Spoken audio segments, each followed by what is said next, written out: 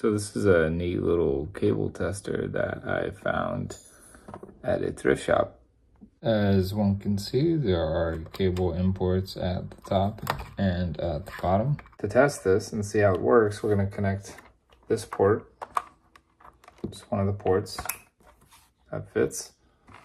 Nice clip to one of these ports, likely the one that's up here.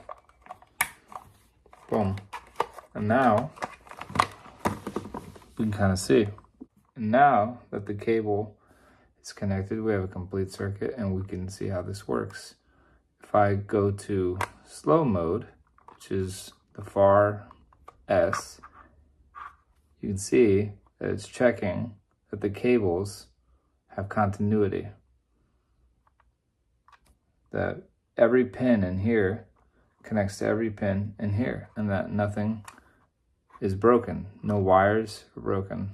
If you want to go a little faster, you can pull this back. There's the mode right there, and that pulls it backwards. It's a very simple device. It really is just a continuity device, and very fascinating, I think.